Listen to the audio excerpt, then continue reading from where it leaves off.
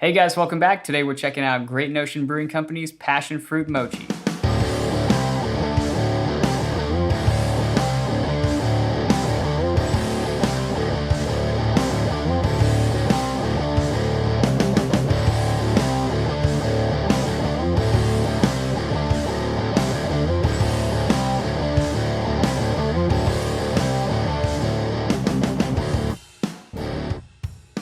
Two things that I have like zero experience with. So passion fruit is a tropical, kind of a tart fruit. And mochi is a Japanese dessert, like a rice dessert.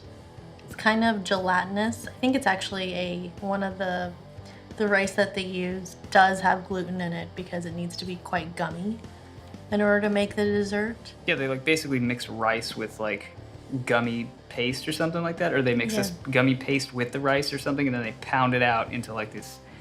They turn it into a paste. Yeah. It all becomes a paste, and then from there, you eat it. It's delicious. I like them. Some people are kind of off.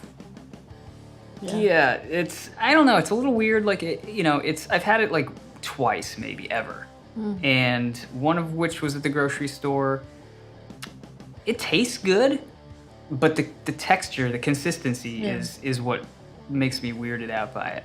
Passion Fruit Mochi is a mochi-inspired IPA fermented with toasted rice, milk sugar, vanilla, and passion fruit. 7% Great Notion Brew Co. What is that, a beaver? I think it's a cute beaver. With a sickle made of wood or something like that. I'm not even sure what's going on there. Great Notion's can art is always cool though. It's always got this very Bob Rossi type of thing happening, but it's like cartoony. You kind of got to stare at it for a minute to understand the whole text, the whole context of the picture or whatever. It's like a piece of art. Every time you look at it, you find something different. It really is. You find little things that you didn't notice the first time around. So they're out of where? They're out of Portland, Oregon. Okay, yeah. This is a super hype brewery, at least where we live. I mean, probably in Oregon, people drink this every day, and they're like, whatever, Great Notion. We want, we want Aslan, or we want Crooked Run, or something that we just take for granted here. But over there, this is, or over here, this is like a super thing. Let's smell this one. What's the aroma? Immediately, like strong passion fruit. That is just in your face. It smells like I'm about to eat passion fruit. Yeah, it smells like passion fruit, but then there's this like kind of hoppiness to it. This sort of piney. I don't even want to say citrusy character because it's not.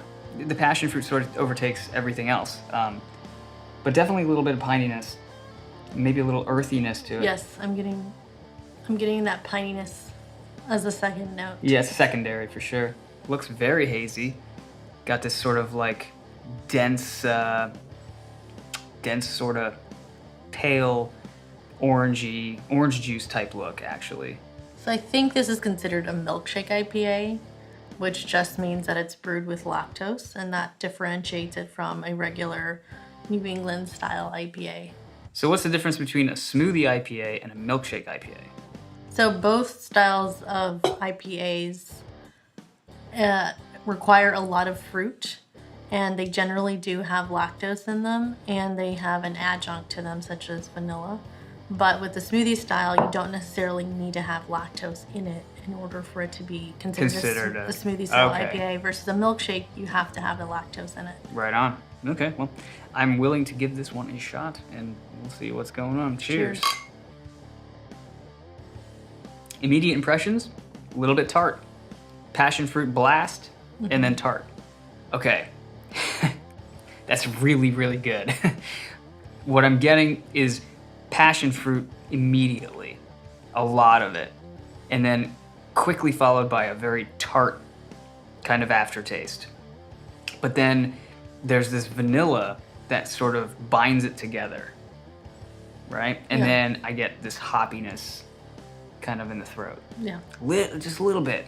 It's not a lot. Yeah. It's so smooth that there's hardly any hoppiness. It's there, but just to kind of bind everything together, I feel like. Really oaty tasting. Like it's just thick and like just maybe that's the dense. toasted rice we're getting. Maybe. It's It's quite delicious. I just love this vanilla, slightly sweet. It's like they really wanted to nail all the flavors you would get in a milkshake. Yeah. So that creaminess is there, the slight sweetness, the passion fruit kind of gives it a nice balance. Zing.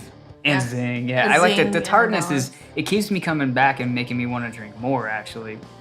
It's just enough tartness to kind of like keep you thirsty, but not enough to overwhelm what's happening in here. They do different variations with the fruit as far as the mochi beers go. So I think they just released like a strawberry one. Ooh. If We it's got it. orange, if it's Oh, an orange one would be strawberries, really yeah. good too. Oh yeah, pretty much any fruit I think would work really well with this. We definitely have to seek out more of these mochi-inspired beers, For sure. like 100%. Because I've never, we've had milkshake IPAs in the past, but they've never been as well done as this one, I think. Yeah. This is just a really good example, a particularly good example. Now I'm not sure really. I'm not getting any of the mochi inspired like dessert attributes to this. Mm.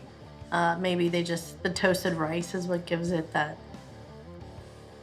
Yeah, you're right. It doesn't taste like a mochi would, but I think half of the mochi itself is actually the texture and like the consistency in your mouth of Yeah. it. So when you drink it, just tasting like a mochi, like the passion fruit really does take over in this one, but I think the texture and all that when you eat a mochi is what you associate with a mochi instead of drinking it like as a liquid form, Yeah. So cool. Yeah, we have a couple more Great Notion beers in the fridge, and I think we should probably dive into those as well. We have the peanut butter, what was it? The peanut nutter fluffer? We What have the like hell a is it peanut brother, which is a peanut butter stout, and we have jammy pants. called? What the hell is Jammy Pants? It's a tart ale, Ooh, another tart. I wonder if it's more tart than this one. and I think we have a superstar IPA. We should do that too. We'll do all of them. Whatever. All right, guys. Well, thanks for tuning in. If you're interested in more craft beer reviews or craft beer event coverage, be sure to click the subscribe button and hit the bell icon to stay notified when new videos come out. As always, stay crafty. Cheers.